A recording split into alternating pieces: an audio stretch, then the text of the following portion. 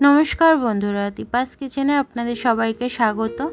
আজ আমি ফুলকপি আলুর তরকারি নিয়ে এসেছি অনুষ্ঠান বাড়ির মতো। তো দেখুন আমি এটা বানাচ্ছি। তার জন্য আমি ফুলকপি আলু এরকমভাবে কেটে নিয়েছি, আর কড়াইশুঁটি আর একটা টমেটো নিয়েছি, এটাই লাগবে। এবার আমি এটা ফুলকপিগুলো ভেজে নেব। নুন হলুদ দিয়ে আমি ফুলকপিটা ভেজে নেব। হালকা লাল লাল হয়ে যাবে, তারপর আমি এটাকে তুলে নেব। এবার আমি এলাচ আর ডালচিনি ফোড়নে দিয়ে দেবো, দিয়ে দুটো তেজপাতা ছিঁড়ে দিয়ে দেবো, দিয়ে এটা একটু ভালো করে ভেজে পেঁয়াজ দিয়ে দেবো। পেঁয়াজটা দিয়ে ভাজতে ভাজতে আলুগুলো দিয়ে দেবো এর মধ্যে আমি, দিয়ে আলু পেঁয়াজ একসাথে সব ভাজা হবে। আর ওদিকে আমি আদা রসুন লঙ্কা এটা আমি বেটে নেব মিক্সিতে।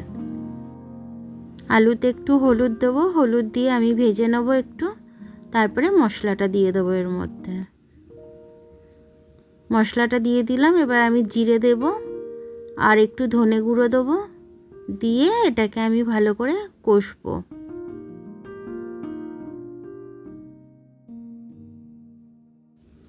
একটু ঝালের জন্য লঙ্কার গুঁড়ো দিয়ে দিলাম, দিয়ে এবার এটাকে আমি কষে নেবো খুব ভালো করে। এটা কষা হয়ে গেলে আমি ফুলকপিটা ভেজে রেখেছিলাম ওটা আমি দিয়ে দেবো এর মধ্যে, দিয়ে একটু নেড়ে চেড়ে ভালো করে। তারপরে আমি কড়াইশুঁটিটা দিয়ে দিলাম, দিয়ে একসাথে কষে নেব। এবার টমেটোটা কেটে দিয়ে দেবো, দিয়ে একটু নুন দিয়ে দেবো, দিয়ে ভালো করে কষে নেবো এটাকে দিয়ে। তারপরে আমি এটার মধ্যে জল দিয়ে দেবো। বেশি জল দেব না, এটা আমি গ্রেভি গ্রেভি রাখবো, তো ওর জন্য বেশি জল দেব না। আর হাই ফ্লেমেই আমি এটা ফুটিয়ে নেব। এবার একটু চিনি দিয়ে দিচ্ছি আমি 2 চামচের মতো। চিনিটা দিয়ে এবার আমি ভালো করে এটাকে নেড়ে নেব। নেড়ে নিয়ে এটাকে আমি নাবিয়ে নেব।